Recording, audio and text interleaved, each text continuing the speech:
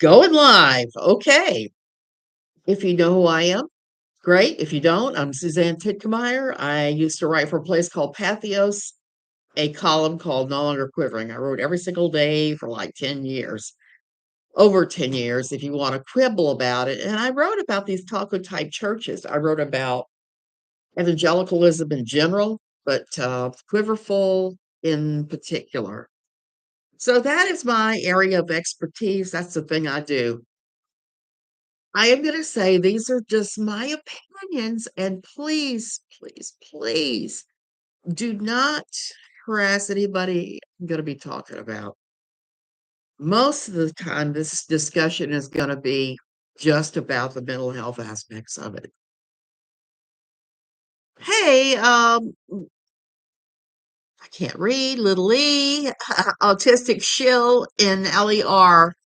It has been a heck of a few days and for me, and I'm still starting to find my feet again. So that's why I'm coming on here now instead of earlier, because I am making progress in the absolute chaos that is my home after 11 days in the hospital and in and out of the doctor's office and clinics and days before that. So I'm making progress. I'm making good progress. The next thing is filing my insurance. Okay, this is kind of funny. I'm catching up with laundry and I lost hotel room card, one of the key cards, and I couldn't figure out where it was. Well, I found it in the bottom of my bag today, and I kind of laughed because, hey, number one fan, the logo on it, it just struck me. This is kind of a word for us. This is a word for us when we're in recovery. Make today worth it. Make today worth it. And that looks like a whole lot of different things. I was like going through my back out. Oh my goodness. Um, Thankfully my back healed. Now it's just my knee I'm working on. So hopefully that will heal. That was caused by the back. So girl, I feel you. Do what you got to do to heal that physically because that impacts everything about you. So I've been seeing a lot of stuff about Anna Duggar supposedly leaving and divorcing Josh. And apparently Jim Bob tossed her from her home. And I haven't been watching. I've been watching any of this. I think about 18 months ago, was it? Josh was convicted and he has gone away. He got 12 and a half years. So I've been curious to see what's going to happen with this. Because I have a dear friend that went through something very similar, except that her husband had molested one of their kids. And she was trying to be the good evangelical Christian wife and do the right thing and stand by her man, a la Debbie Pearl. Okay. She was standing by her man. It, my back is out too. I'll test that. You can't stand straight, barely walking, using furniture. You got to do that, unfortunately. I've done that too. I've been following the Duggar stuff all because of without a box of Kleenex and her continued abuse of the Brown family. Little E, I have been following her abuse of the Brown family too, and that's pretty darn disgusting. It's you can't look away. People say don't talk about it, but it's hard not to because it's abusive. And that was the other reason why I started thinking about mental health. I started thinking about the poor Brown family. Hate Cody, don't hate Cody. It's all good, but please leave his family alone. I just can't get over that because I've never lost a child, but I have had a pile of miscarriages. I have had some very unfortunate things happen in my life, and I know how hard it is to recover. Like I said, I lost a cousin maybe 6 months back, and that has been hard on the entire family. I can just imagine what the Brown family is going through right now. It's a terrible thing. Your back is starting to recover. Oh, Don't throw something else at while you're waiting. Washing dishes, that had to wait a few days for me too. There's a difference between reporting something. I think what's really bad about what she's doing is that um, she is talking to sources. Here's the thing about sources, and I've said this a lot, I'm going to say it again. We all have people contacting us as sources. In fact, I had somebody contacting me this morning that made some claims about suing people in the community. I don't know how true it is. I don't even know if it's really her. But I passed on the information to the people they were talking about and said, look, keep me out of this. I don't want any part of this nonsense because I believe the person when they say they're going to sue. I just don't know for sure if it is actually them or somebody else pretending to be them. But you don't take these things as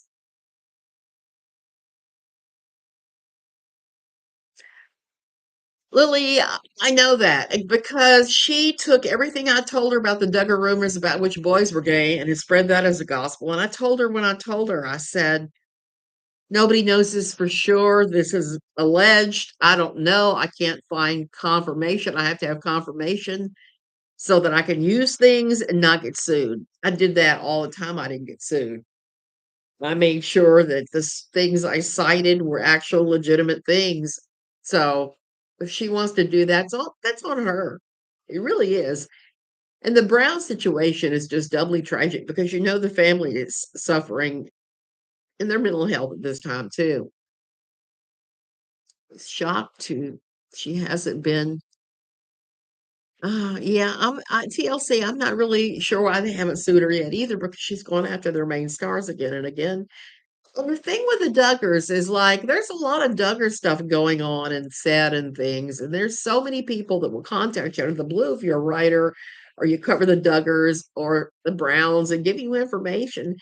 And if it turns out to be untrue and you haven't verified it, you're doing a large disservice to everybody, but especially the people you're talking about. I haven't mentioned Anna leaving Josh because I didn't know if it was going to happen. And I still don't know. But I've started thinking about that a lot because, as many of you know, one thing about these taco type churches, these evangelical churches, is that they absolutely hate mental health services.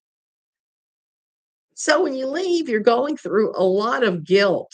There's a lot of guilt over your own needs. And so if Anna has taken that step, and I wouldn't be entirely surprised after what, 15 months or so, 18 months, if she did that, because 12 and a half years is a long time to be away from someone. If she is out of the control of Jim Bob Duggar, it's entirely possible that she may do that. The lady that I knew, my dear friend, she it took she didn't believe it, okay? Even though CPS got involved and took her children away from her, she did not believe her husband had done that to her one of her children until about 15, 16, 18 months later when the everything wore off and our pastor started talking to her about, "Hey, you need to divorce this guy." The other little secret about evangelicalism, even though they talk about they hate divorce, there are some reasons they will tell you to get a divorce. These situations, like what Josh has done, they'll tell you. Your friends will tell you. Supposedly, some of her own family members have said it to her back when the Ashley Madison thing happened. They said, "Hey, you need to leave him and divorce him now."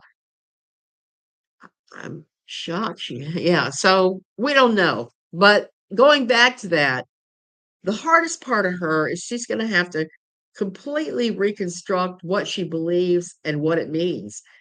And a big part of that is going to be mental health. Even if you know you're doing the right thing, if you are dealing with a religious organization that doesn't listen to these things, and thinks that mental health is not important, that you're not going to, it's selfishness, that going to a psychologist or a psychiatrist, getting on medication, heaven forfend, is not helpful. It is very helpful. But how does the woman come out on the other side of the divorce? Are they supposed to support it? Or is it just more sacrifice for the church guidance? Well, it's really hard to get any kind of real genuine help on the church side. I'm going to give an example of my husband having his surgery and all the conniption fits with his body we've gone through, going back and forth to San Jose, more surgeries.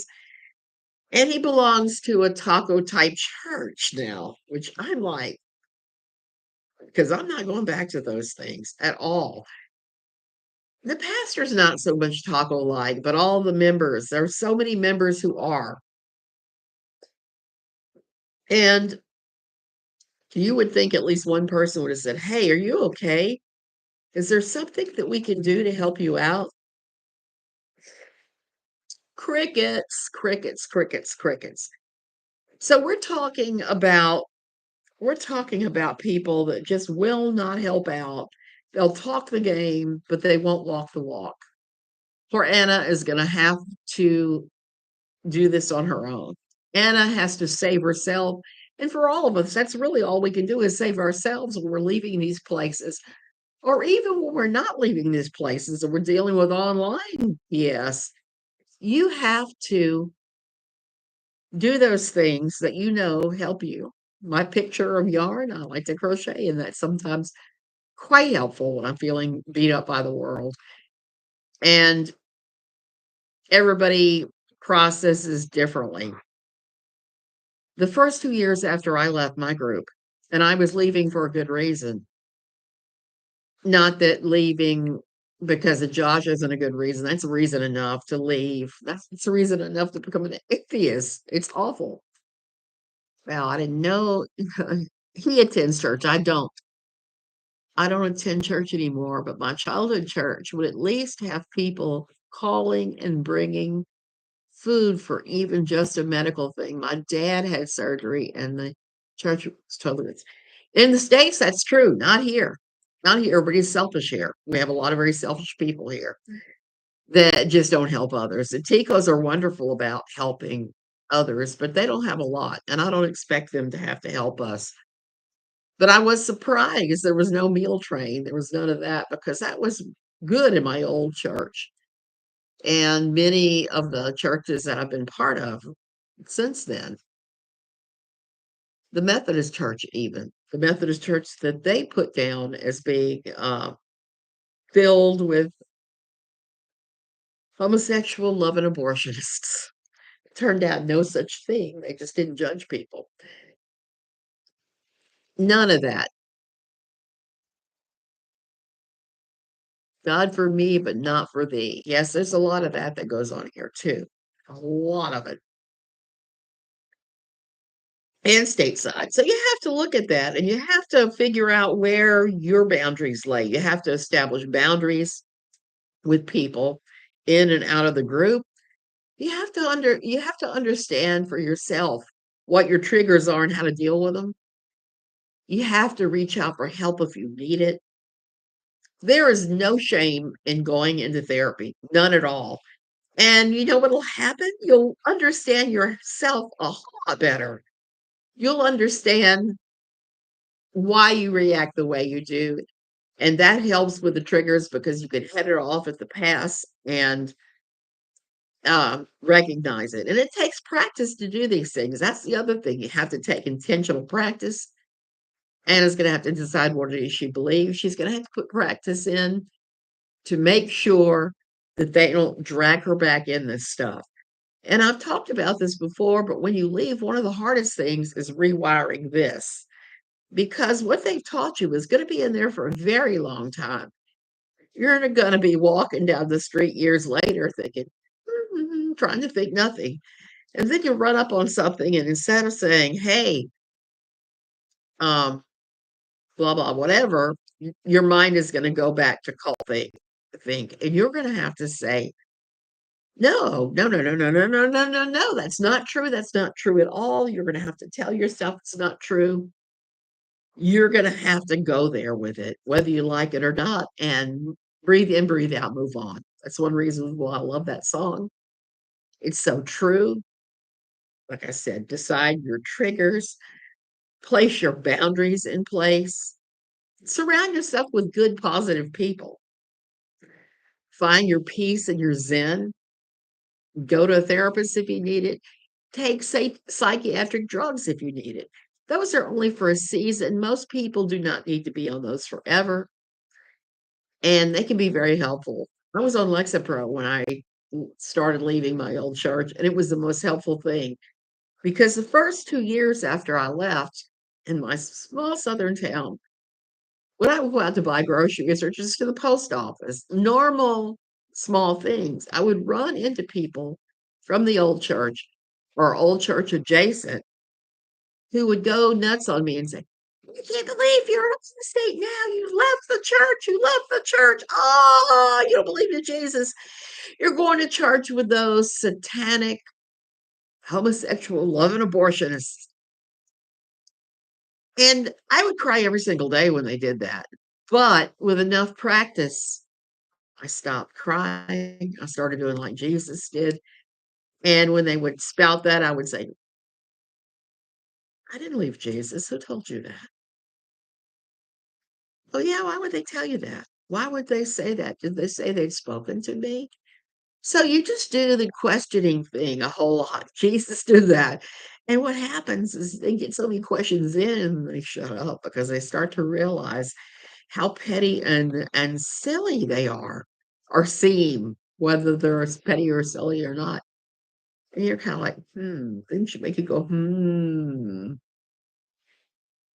So that was one of the most healing things that I started doing was pulling the Jesus and questioning people when they would come at me with these silly things. My mom and both of my brothers have medication in the past, and none of them do now. It was something to help them manage till they got to a safer place. That's the whole purpose of psychiatric meds, I think. They help you get to where you need to begin to heal. And that's what it's all about, folks. It's all about healing. It's becoming the best version of yourself. I really want that for Anna Duggar, and I understand exactly how hard that's going to be because she's got extra pressure put on her by the Duggar family, who are kind of the quiverful standard bearers of the world, whether they like that name or not.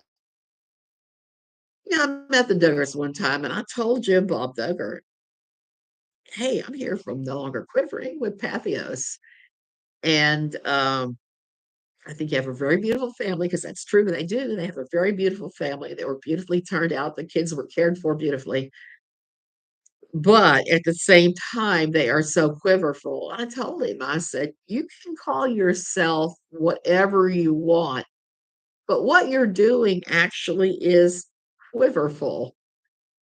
So we all know that the IBLP, the IFB, and all of these things that the Duggars are involved in look down upon mental health. They say that mental health is inward selfishness. Well, guess what? If you are having something going on, it's it's normal to do like this, to hug yourself for a while.